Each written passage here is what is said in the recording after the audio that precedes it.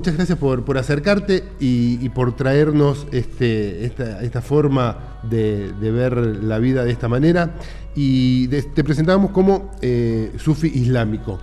Y ya eso nos retrotrae a una cuestión religiosa, incluso hasta controvertida, pero no pasa tanto por ahí. Claro, el preámbulo de sufi, o sea, le da justamente la libertad necesaria. Es decir, el sufismo es, como te decía fuera de cámara, es parte de la espiritualidad del Islam que te permite practicar e indagar en otros conocimientos, que es en parte lo que yo he aprovechado, esa beta, digamos. O sea, yo, para remontarme, hoy me decías que te gustaría que comentemos lo de los inicios de cada uno. Exactamente. Bueno, yo te podría decir, si me remonto a mis inicios, que a los 9 años perdí a mi padre. Entonces tuve como una preadolescencia muy introvertida, sin tener un referente paterno. Me crié de esa manera hasta que conocí a Erno, que fue la persona que, digamos, nos convocó, o sea, siendo él un poco más grande que nosotros. Él en ese momento tenía 33 años, yo tenía 17. Éramos todo un curso de una escuela técnica que empezamos a practicar, muchos por arte marcial, otros por otra cosa. O sea, yo no venía del palo del arte marcial, yo venía del palo del deporte. Practicaba fútbol en Rosario Central. Y bueno, nos empezó a convocar en el Campo de la Gloria para practicar Tai Chi. Muy en Rosario en esa época. No, en San Lorenzo. En San Lorenzo. O sea, el Campo de la Gloria de, el Campo de la Gloria de San Lorenzo. Sí, en San Lorenzo. Ahí, con el tiempo, bueno, conocimos las danzas sagradas circulares. Te estoy hablando del año 87, 88. Y las empezamos a practicar a nivel grupal. Ya te digo, era un grupo de la secundaria con sus novias. Y las llevamos al Parque Urquiza Rosario. Ahí es donde prendieron, básicamente, porque es una actividad que se realiza en público, o sea, con público abierta, sí. de calle. Son danzas muy simplificadas, y ahí apareció, en ese momento estábamos buscando un maestro o en taoísmo o en sufismo. En el término de 3 meses, o sea, se nos presentó la posibilidad de tomar iniciación en Tao, y a su vez establecer conexión con una tárika, la tárika Naqshbandi, que pertenece a la orden islámica. Entonces fue como un sacudirse, y bueno, gran parte del grupo se abocó de lleno al sufismo, excepto 2 personas, una que se dedicó de lleno al Tai Chi y yo, que estaba con el tema del chamanismo, con el tema de la cultura de los pueblos originarios. En ese momento estaba leyendo a Carlos Castaneda, que es un antropólogo que se hizo aprendiz de un indio yaqui, no yanqui, sino yaqui.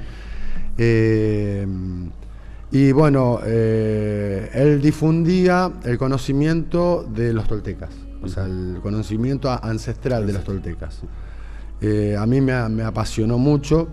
En ese momento parte del grupo ya estaba muy metido en las prácticas sufis, en las prácticas tradicionales del Islam. Y como yo te digo, o sea, me resistía a eso hasta que vi en el poder de la oración islámica algo muy fuerte.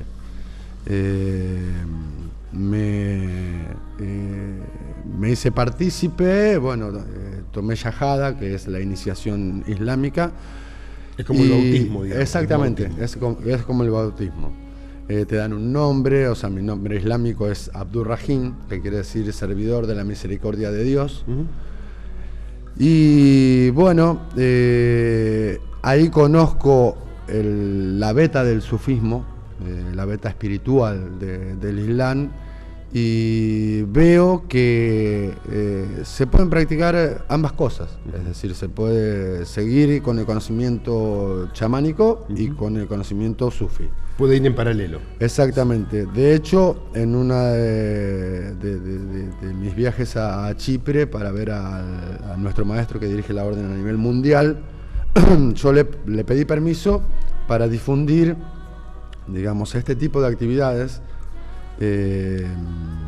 pero desde la filosofía de los pueblos originarios, porque yo la sentía, digamos, en la tierra yo siento mi sangre. Te resonaba más. ¿Me entendés? Sí. Entonces lo siento mucho más afín.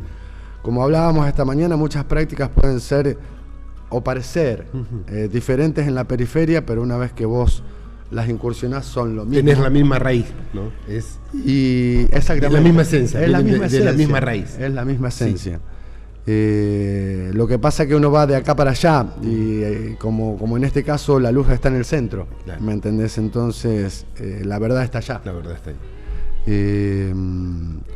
Y bueno, digamos, desde ahí donde empecé a relacionar prácticas, como ser las danzas sagradas circulares, o danzas circulares, porque la parte sagrada es para vivirla, no para contarla.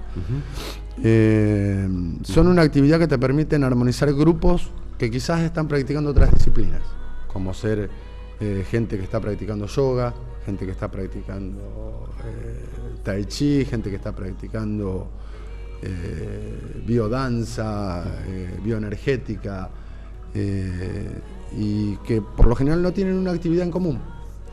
Entonces, las danzas lo que te permiten es eso.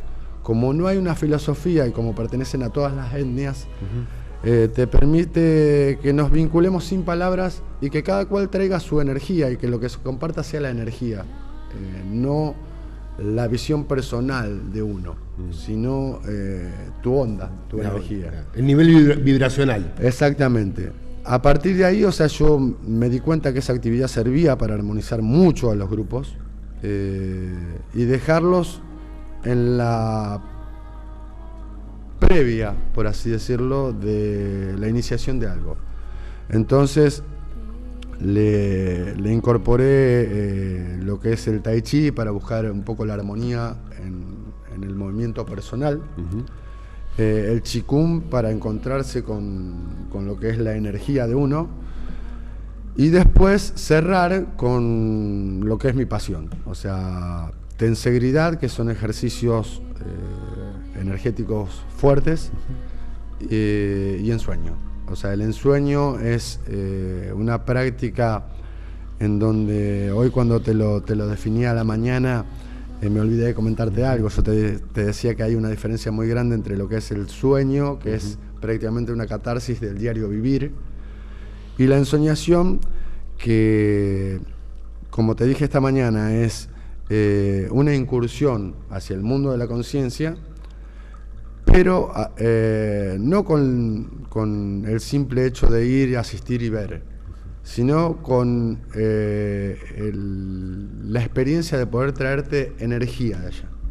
Es decir, hay una energía que se acumula, yo la siento como en un vórtice del corazón, que es anímica, es netamente anímica, o sea, y bueno, te cambia... Es como varía el estado de ánimo, ¿no? Es cuando uno dice, estoy bajón, o estoy angustiado, o estoy deprimido, o por ahí uno está más eufórico, o por ahí, o quizás en momentos con ganas de hacer cosas, con entusiasmo, es un nivel energético que es el que tenemos. Claro, o sea, esto lo que te permite es como estabilizarte, es decir, porque en taoísmo los chinos dicen que la alegría es armónica cuando es serena, es decir, si es eufórica, si es se te desgasta enseguida. Claro. Entonces, la idea es mantener ese estado de serena alegría para que te posibilite avanzar más en tu camino. Claro. Bueno, esto lo que te permite justamente es encontrar ese ánimos que te ayuda a ver las cosas desde otra perspectiva y a operar con otra energía, con una energía más determinante. para eso sirve la ensoñación. Es decir, los indios no era que querían ver el otro mundo simplemente, sino que lo que querían era traer energía de ese otro mundo para este mundo cotidiano. Por eso yo, dentro de los preámbulos que te hablé, te decía que después de una ensoñación lo más acorde es tratar de plasmarlo con alguna manifestación artística. Primero vamos a comentar un poquito lo que es la ensoñación, cómo es esa práctica de la ensoñación, que no es interpretación de los sueños. Yo creo que lo primero que te pregunté es, ¿qué es? ¿Interpretar los sueños? No, es otra cosa, es un estado intermedio, es cuando entramos en ese estado intermedio de antes de dormirnos. Sí, eso sería el semisueño. O un ejercicio que lo podemos practicar en cualquier momento del día. Yo lo he practicado en cualquier momento del día. Por supuesto que hay horarios que son mucho más acordes, sí, mucho más afines. O sea, la madrugada, a partir de las 3 de la mañana hasta las 6 antes que salga el sol. Sí. La tarde en el horario de la siesta. Es decir, cuando la gente está menos activa a tu alrededor, bien, cuando la calma a tu alrededor se nota, sí, no. Es más fácil incursionar. O a la noche, llegando a la noche antes de dormir. ¿Es algo que te tiene que ser guiado o uno, aprendiendo la técnica, lo puede hacer personalmente? Mi idea es justamente difundir la técnica, para que cada cual lo vaya profundizando. Aprender y profundizar. No hay una interpretación, como yo te decía, pero sí hay una autointerpretación. Bien. Es decir, hay símbolos, imágenes que se te aparecen que en ese estado vos sabés perfectamente qué significan. Pero cuando volvés al estado de vigilia es como que te olvidás o queda en una nebulosa. Entonces, cabe la posibilidad de trabajar con una parte previa que se le llama recapitulación, que es como asistir a escenarios en los cuales uno ya estuvo, como un registro de la memoria. ¿Un registro acásico? ¿Has escuchado de los registros acásicos? Sí, los tengo vinculados como que pertenecen a tus ancestros. Y vidas anteriores personales. Bueno, es la biblioteca de las vidas del alma. Yo te podría decir que la interpretación que yo tengo de esa visión de vidas pasadas, a través de esta práctica de ensoñación, es como que en realidad yo no sé si yo fui ese personaje. Yo lo que sé que por el movimiento de mi punto de encaje, como le llaman los indios, o sea, de mi punto de observación, se traspola a la cercanía. Si me permitís, o sea, hago algo, no te voy a tocar. No, por favor. Pero es como que mi punto de encaje se transportaría a tu cercanía, a tu proximidad de tu sentir. Entonces yo puedo conectarme directamente con tu sentir y creer que sos vos. O sea, percibir todo lo que vos sentís. Entonces es como que yo interpreto que soy ese personaje, pero en realidad mi aproximación se da porque interpreto yo, Esto es algo que no lo leí, sino que es una interpretación por propia experiencia, digamos, lo he llegado a interpretar. Esa vida pasada o la vida de ese personaje trae hacia mí la respuesta a una inquietud que yo tengo. Bien. Es decir, como que te conectás en ese otro, en esa otra sintonía, en ese otro nivel de vibración. Claro. Hay algo que se llama, que está previo a la ensoñación, que es el núcleo de ensueño. Vamos a ordenarnos.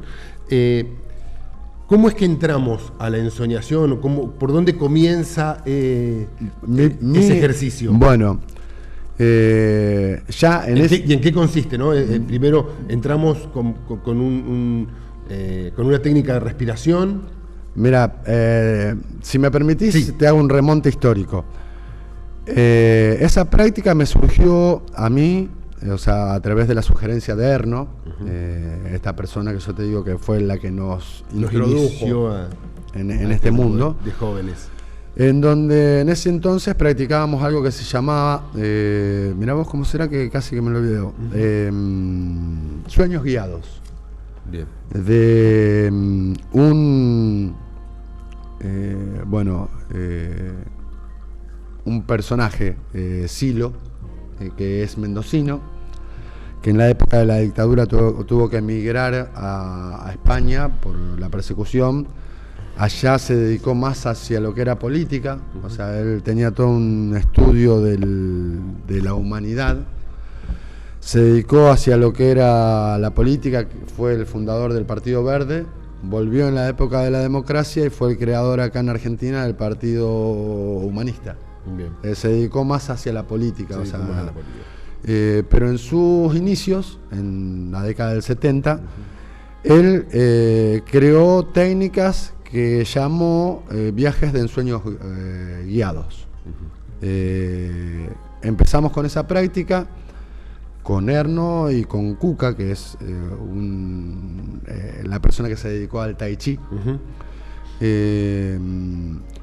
Y bueno, a mí me aparece la información de esto de la ensoñación a través de los toltecas, al leer estos libros de Castaneda, y la desarrollé junto con un psicólogo y un grupo de psicólogos de Rosario.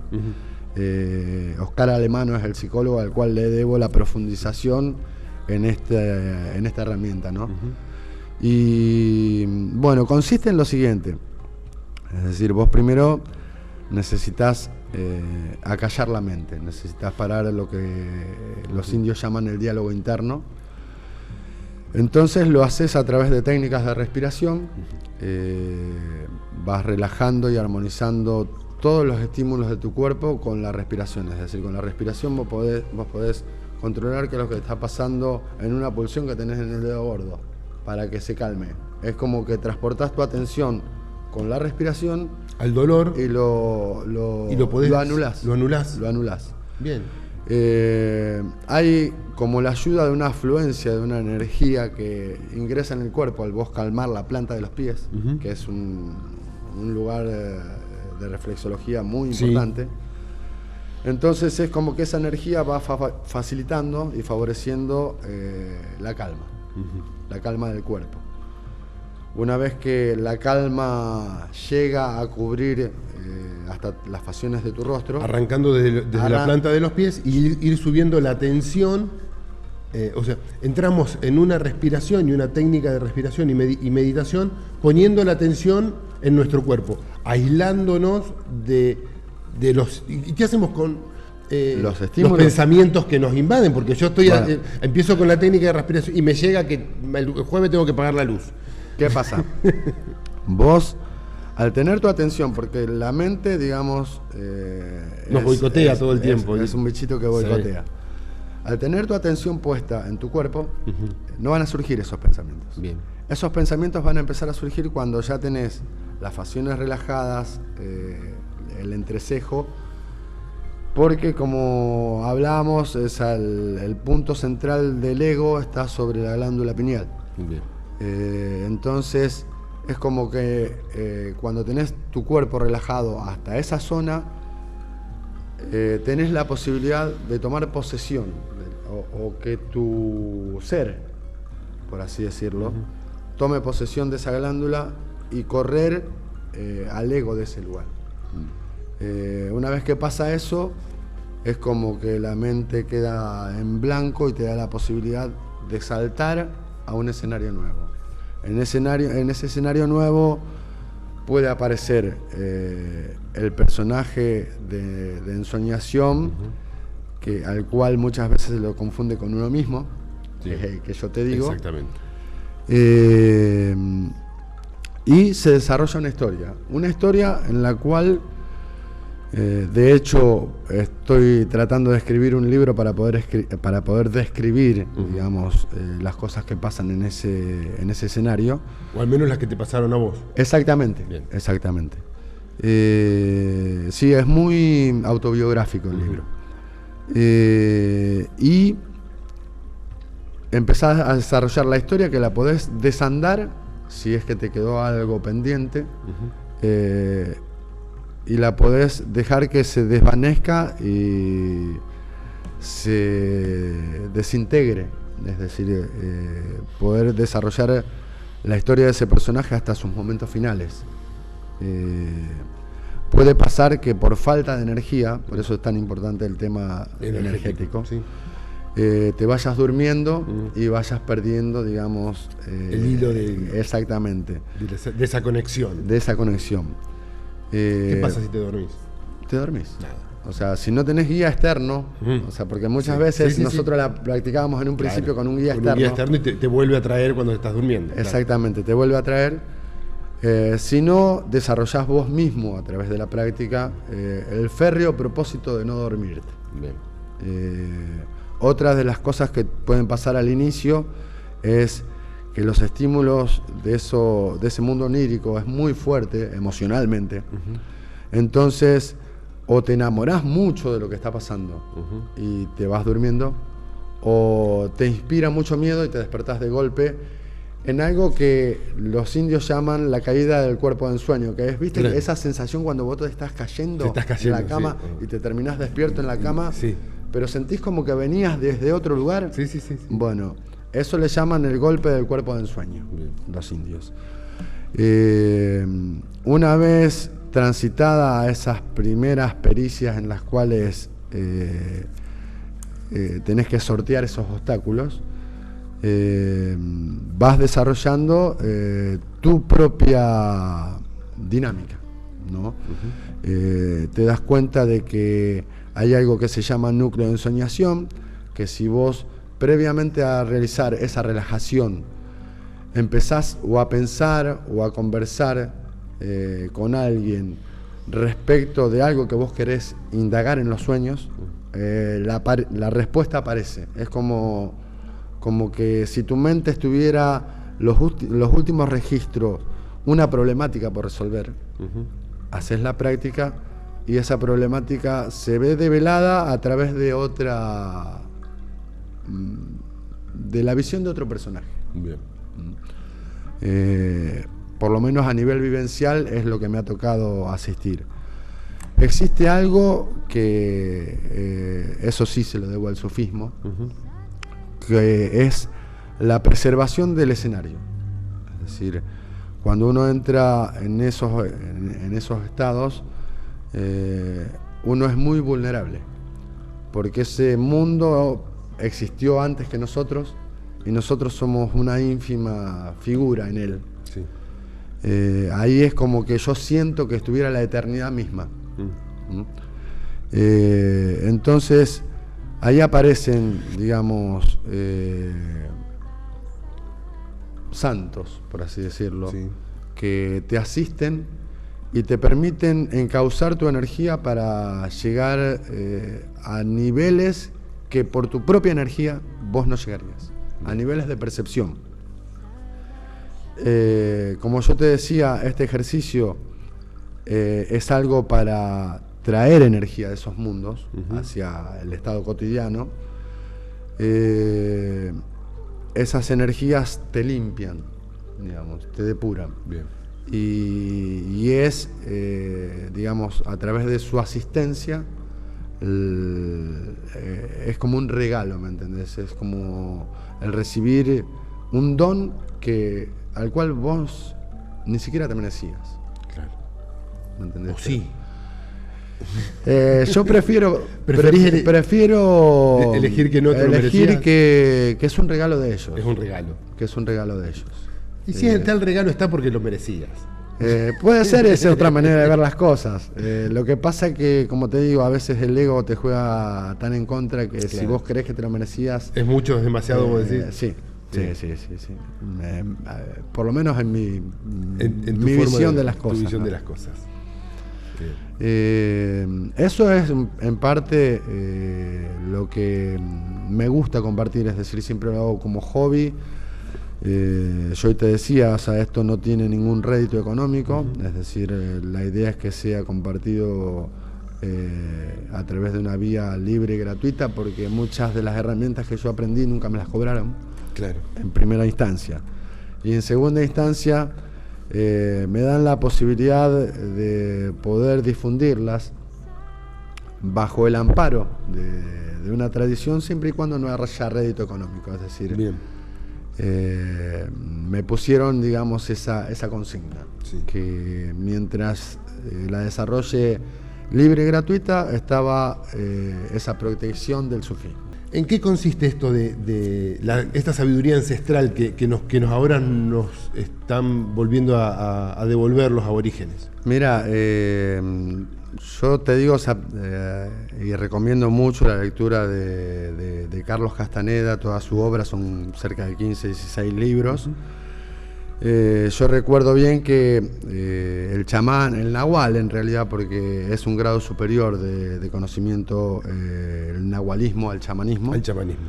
El nahual le transmitía a Castaneda que el error de los guerreros antiguos, ellos se llamaban guerreros a los hombres de conocimiento, por así decirlo, el error de esos guerreros fue creer que su magia era más poderosa que el fusil de los españoles que los estaba matando. Bien. Entonces, ahí es donde surgió, digamos, el primer genocidio, digamos, en estas tierras y la erradicación de una cultura, el sacarnos una raíz que era nuestra. ¿Qué pasa? Con el tiempo volvieron a surgir esos conocimientos. Y hoy por hoy los nuevos guerreros no son tan ilusos. Tan ilusos. Pero el tema pasa porque ellos dicen que la vía de desarrollo del ser humano ya no es más a través de la ciencia, a través de una evolución comercial. Exactamente. Mucho. Ellos dicen que la vía de evolución es con el espíritu, con lo abstracto, con el modo que elijamos para conectarnos con ese mundo. Ellos tenían dos modos o dos artes, dos grandes artes. Cuando digo ellos me refiero a los toltecas más que nada, ¿no? Vos estás con mucha conexión ¿no? con los aborígenes toltecas. Exactamente. Que son de nuestra región de Argentina. No, son del norte de México. Del norte de México. Son de origen mexicano, es decir, los toltecas desaparecieron allá. Sí. No se sabe cómo desaparecieron de la faz de la tierra. Algunos dicen que fue un autodestrucción. Otros dicen, prefiero sostener esa teoría, que ellos emigraron de este mundo hacia otros mundos, a través de estas técnicas de ensoñación. Ellos habían desarrollado dos grandes artes. Estaba el arte del acecho, con el cual se movían en el mundo cotidiano, en el mundo en estado de vigilia, que tiene 4 principios. O sea, primero es ser simpático sin ser estúpido, ser paciente sin ser negligente, vos sabés que siempre hay uno que me olvido, ser astuto sin ser grosero y ser determinado sin ser cruel. Esos son los 4 principios del acecho, que aprendían el modo en el cual desarrollarlo para poder vincularse con la sociedad, o es el modo en el que hoy los nuevos guerreros se están vinculando. Por otro lado, la ensoñación, que tiene los principios que hablábamos antes, que no respecto de establecer un punto, un núcleo de ensueño, de parar la mente y bueno, de no solo ir y ser un testigo que ve, sino traerse parte de energía de esos escenarios que uno ve. Y a su vez, una de las cosas que me quedaba pendiente de esto es el hecho de que,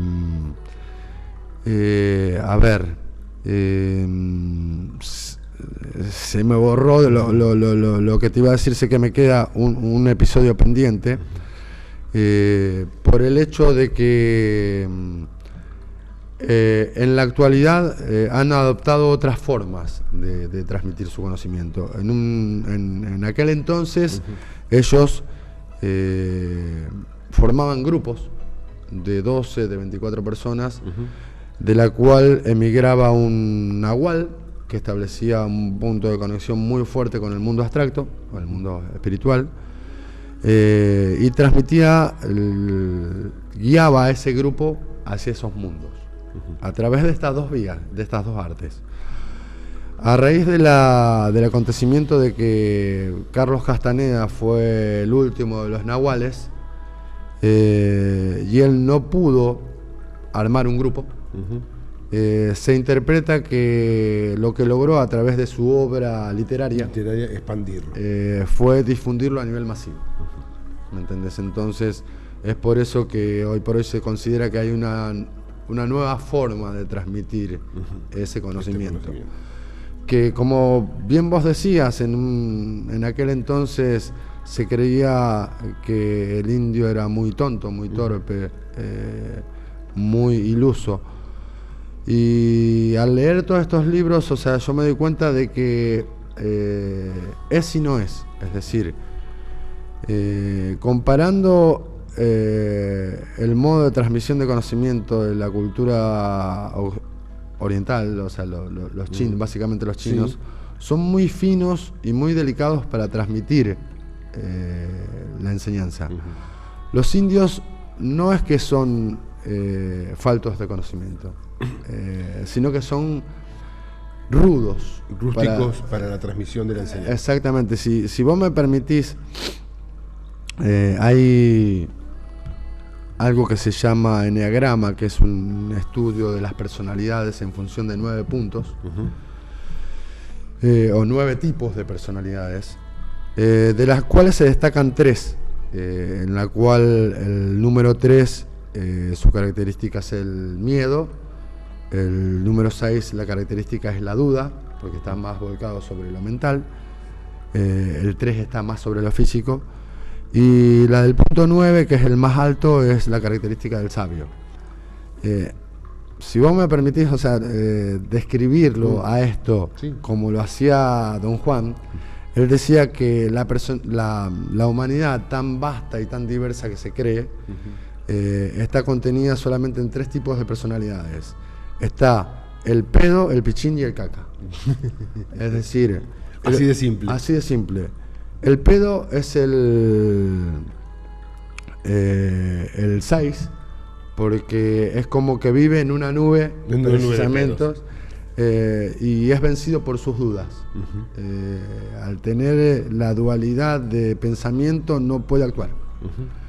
El pichín, propiamente dicho, o sea, es por sus miedos. Y el caca es porque el 9 es la posición del sabio. El sabio sabe qué es lo que tiene que hacer, sabe cómo ayudar al 3, sabe cómo ayudar al 9, pero no lo hace. El sabio es como interpretaría yo de alguna manera a lo que Jesús en su momento dijo de las personas que se paran en el portal y no entran ni dejan entrar. Sí. Ese sabio era así. Esa es la posición del sabio. Y con todo el tiempo lo que trabaja estas herramientas de la cultura de los pueblos originarios es justamente con poder vencer esos enemigos. O sea, ellos dicen que los enemigos del hombre son 4. Está propiamente el miedo a lo desconocido. A medida que uno incursiona en el mundo oscuro de lo desconocido, aparece el segundo enemigo, que es la claridad. ¿Por qué la claridad es un enemigo? Porque vos en determinado momento ves la luz, pero te crees que la luz es Dios.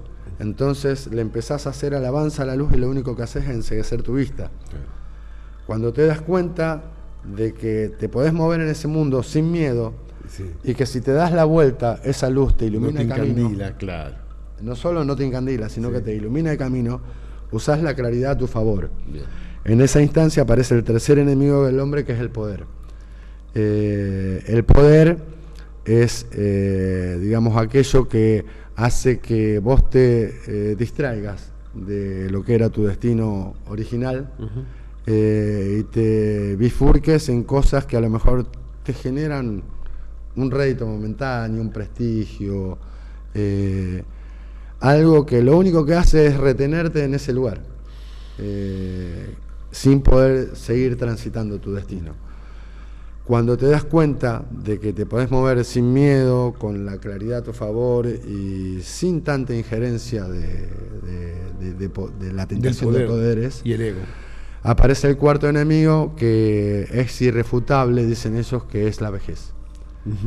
Ya llega tarde. El hombre sabio es viejo, necesariamente.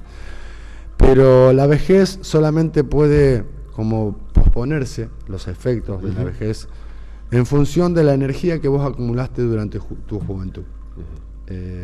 Por eso los indios siempre sostienen que no es tanto el conocimiento cognitivo de las cosas lo que es importante, sino el hecho de tener la energía para generar y gestar experiencias. Bien.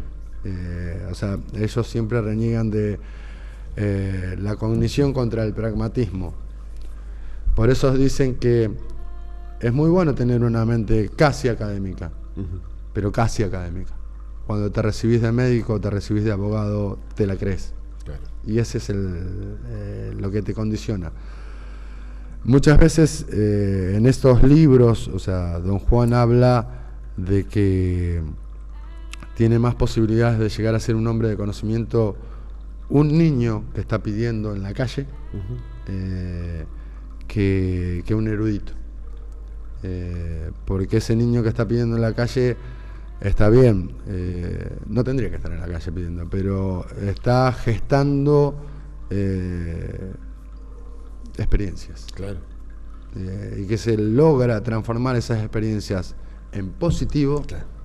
Va a ser, van a tener una gran sabiduría. Va a llegar a quizás ser un hombre de conocimiento. El tema es que la calle por ahí no hay mucho positivo en un niño en la calle se vincula con experiencias negativas. Estos libros estuvieron escritos en la década del 60. En otra época. En la década del 60. La calle era bastante más sana. La calle, digamos, donde como anécdota de uno de los viajes, Castaneda le comenta a don Juan que había visto dos chicos que pedían en la vereda de un restaurante y esperaban que los clientes se levantaran de la mesa y ordenadamente se sentaban en la mesa, comían los restos sin hacer barullo, sin nada, y dejaban el plato limpio y se volvían a retirar de la mesa. Eso estaba consensuado con el dueño del restaurante. Y bueno, era una treta que ellos lograron establecer para tener un mejor pasar, aunque sea momentáneo, ¿me entendés? Sí. Y un acuerdo con que habían llegado con el dueño del restaurante. Exactamente. Él decía que esos chicos eran más astutos que él. Claro. Que tenía que pagar para que le sirvieran en la mesa. Ese tipo de anécdotas son las que transmiten estos libros que a mí me interesa verdaderamente difundir en estas jornadas, o sea, en donde no hay una consigna religiosa, es decir, sino simplemente un compartir de conocimientos. A mí personalmente, Maulana, que es quien dirige la orden sufi a nivel mundial, decía que no hay que convencer a nadie, hay que simplemente conmoverlo para que ese conmover en el corazón genere que se mueva hacia su propia búsqueda. La persona se mueva hacia su propia búsqueda. Incluso hay, cuando uno entra en la búsqueda, son muchos los caminos a los que nos puede llevar esto, ¿no? De lograr un bienestar. Sí, yo creo que en realidad todos los caminos conducen hacia la luz, o sea, de una manera u otra. Sí. Así como hay muchos poderes que en la periferia parecen luminosos, o sea, son sombríos después. Yo creo que es la orientación que le ponga uno a la práctica, a la búsqueda, y creo que a medida que nosotros damos con claridad un paso, con determinación, como te decía hoy, hay 99 pasos que están dando desde el otro lado para favorecernos en nuestro camino. Don Juan decía que no es uno el que elige al espíritu, sino el espíritu el que lo elige a uno. Que muchas veces el espíritu viene y te toca en un sueño, te toca en una experiencia de vida que te toca transitar, y vos lo desconocés, ¿me entendés? O sea, hasta que el toque cada vez es más fuerte y te das cuenta que en realidad no te quiere perjudicar, sino que lo que te quiere marcar es que tu destino estaba para aquel lado, y vos pasaste de largo. Y eso, esas señales por ahí son las adversidades que tenemos en la vida. Yo creo que muchas veces sí, o sea, a veces no necesariamente se aprende a través de, ¿cómo decías vos? De la adversidad. De la adversidad, a veces no es la adversidad la mejor maestra, a veces si uno se alinea y si uno, como te decía hoy, es respetuoso del mundo abstracto, como lo llaman los indios, porque la palabra espiritual tiene demasiadas connotaciones. El camino es más fácil.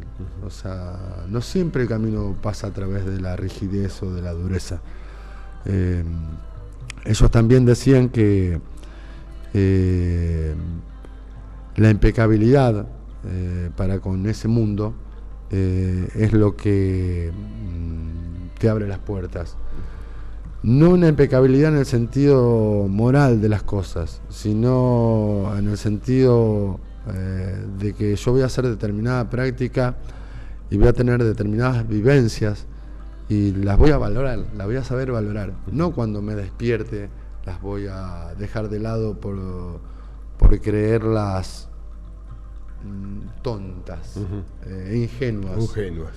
De esa manera también se consideró a la cultura de los pueblos originarios, remontándonos a lo que queríamos tratar en un principio. Se los trató de incultos, o sea, porque adoraban al sol, o sea, no sé si en sus orígenes, o sea, creían que el sol era un dios, pero la pucha, hay que agradecerle a la naturaleza. Es la energía, es la energía divina. Hay que agradecerle a una lluvia a tiempo. Sí. Hay que agradecer el refugio o el amparo del sol sobre nuestra espalda cuando está cansada. Entonces, de eso nos hemos desnaturalizado nosotros. La tierra, el contacto con la Pachamama. Hay un maestro sufi que suele venir a visitarnos, es alemán él, y de hecho él fue a buscarlo a México, a Carlos Castaneda, no lo pudo encontrar, porque como te decía, los nahuales en un principio fueron muy fáciles de encontrar para ser ejecutados, o sea, bueno, los nuevos guerreros no son tan fáciles de encontrar. ¿Y él es descendiente, Carlos Castañeda, es descendiente de esos? No. Mira, él es un antropólogo que no se sabe si su origen es peruano, brasilero o argentino. El modo de escribir lo vincula mucho con nuestra tierra, o sea, yo lo siento muy argentino. Muy argentino. Que se hizo, o sea, fue a hacer una tesis sobre las plantas de poder que manejaba la tribu esta yaqui. Bien. Ahí lo conoce a don Juan Matus, que es el nahual, y bueno, sin pertenecer a ninguna etnia indígena, o sea, lo adopta como nahual porque ve el poder que él tenía. Es decir, muchas características de los maestros que nos preceden en el camino es el hecho de poder ver cosas que nosotros no vemos, claro. Ver la energía de las personas, así como ven el aura. Don Juan vio en él a su sucesor. Esa energía. Entonces, es como que siempre en el modelo que tenían de transmitir las cosas, ellos tenían que establecer como un ardid para poder atraparlos, porque si no, se les escapaban los aprendices por el miedo a lo desconocido. ¿Me entendés? Sí. Entonces ahí es donde él cuenta en sus 13, 14 libros los 15 años de experiencia que él tuvo como aprendiz de este nahual. Bien. Y me decías que ahora no se sabe su paradero. No, Castaneda supuestamente falleció en el año 98. Bien. Pero queda un grupo de aprendices, o sea, y aparte quedan plasmadas en su obra literaria la práctica de determinados ejercicios.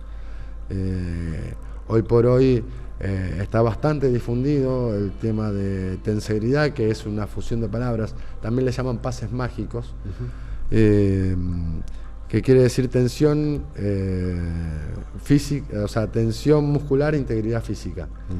Por eso yo te decía que son ejercicios bastante...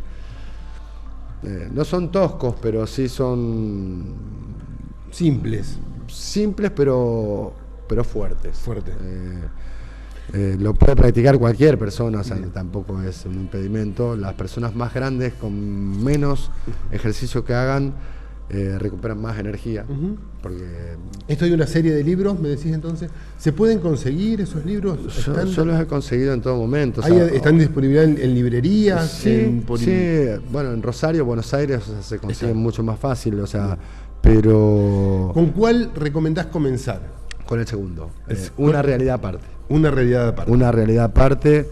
Viaje a Island o Relatos de Poder son o sea, segundo, tercero y cuarto, que son con los que siempre recomiendo empezar. Es como una saga, ¿no? Claro. Los primeros 4. El primero es el más conocido, que incluso se estudian en las universidades de psicología, que es Las enseñanzas de Don Juan, que es cuando Castaneda toma iniciación, digamos, con la cultura nahuálica. Pero muchos se quedan en lo que Don Juan hace como ardid para poder atraparlo, que es el hecho de usar plantas de poder o plantas alucinógenas, Claro. Cuando en ese mismo libro Don Juan dice que si uno es impecable con el espíritu, no necesita las plantas. El cuerpo tiene la misma química cuando se realiza esa relajación. Se segregan determinadas glándulas, determinadas hormonas, perdón. Las glándulas segregan determinadas hormonas que generan los químicos que se necesita para expandir entrar en ese estado. Conciencia. Exactamente. ¿Cómo es la técnica de respiración? Mira, yo siempre recomiendo en un principio, antes de entrar de lleno en la respiración, el Qigong. El Qigong como ejercicio de respiración, en donde vos inhalás por la nariz, llevas tu atención, cerrás los ojos o te mirás la punta de la nariz, llevas tu atención a lo que hace el aire, pero en lugar de cerrar la atención en lo que pasa en los pulmones al expandir, llevas el aire hacia el diafragma y permitís que tu atención traspase los límites físicos de los pulmones y se dirija hacia tus piernas, recircule, o sea, vaya hasta la planta de los pies. Eso va a una respiración abdominal, ¿no? ¿Llenar la panza de aire? Sí. Llenamos la panza de aire. Sí, pero no forzadamente. No forzadamente. Es decir, vos simplemente... Ahí, y llevar la atención de ese aire circulando por todo nuestro cuerpo, ¿no? ¿Qué pasa? Con el Tai Chi uno aprendió a disfocar la atención. Nosotros creemos que la atención es simplemente lo que ven los ojos. Pero si yo hago esto, yo puedo estar viendo ver más esta allá, mano, pero sentir lo que pasa acá. Bien. Ese sentir es lo que los indios llaman la segunda atención. La primera atención sería esta. La segunda atención es un sentir que pasa internamente en el cuerpo y que va energizando y, como decíamos hoy, relajando todos los músculos, los tendones y hasta los mismos huesos. Entonces, yo lo que me recomendaría como primera práctica sería el incursionar en lo energético que tiene el Qigong. Y después de un mes, 2 meses de trabajar esa práctica, que fue lo que me pasó a mí, ¿no? O sea, es tu experiencia, es tu vivencia, yo y desde ahí yo lo encaro desde ahí. Lo canalizás. Vos sentís que tu cuerpo ya no, el límite de tu cuerpo, con semanas de práctica, ya no es tu piel. Te digo, mirá, yo tenía 17, 18 años, y cada vez que yo salía de mi pieza de practicar Qigong, mi mamá, porque siempre es un referente la madre de uno, mi mamá me decía, ojo, hijo, con lo que estás practicando. Cada vez que salís de ahí, salís más alto. Mira, yo me reía tanto, o sea, más practicaba, ¿viste? Claro. O sea, era el motivo para mí para más practicar. Genial. Pero verdaderamente veía. uno se siente que La energía la que- energía va más allá de los límites de tu cuerpo. Claro. Qué maravilloso. Es muy lindo sentirlo. Sí. Es muy lindo saber que con esa simple práctica de respiración te cargas, se te van todas las ñañas que tenés en la cabeza, y te puedo asegurar que vivís la vida o ves la vida por lo menos desde otro lugar. Ese como preámbulo para la práctica de ensoñación, disculpa que te corté, Sí, sí, no. es el complemento ideal, digamos. Porque después simplemente con que vos, o sea, yo muchas veces he ensoñado en viajes en el colectivo. ¿Me entendés? O Claro. sea, ruido, tránsito, Te aislás. casa, no pasa nada. Te aislás de lo externo. La práctica de Zazen también me sirvió mucho, o sea, en su momento. Pero yo creo que el Qigong anda bien para eso. Porque es lo que necesitas para poder desactivar tu cuerpo. Después con la mente pasa otra cosa. Bárbaro.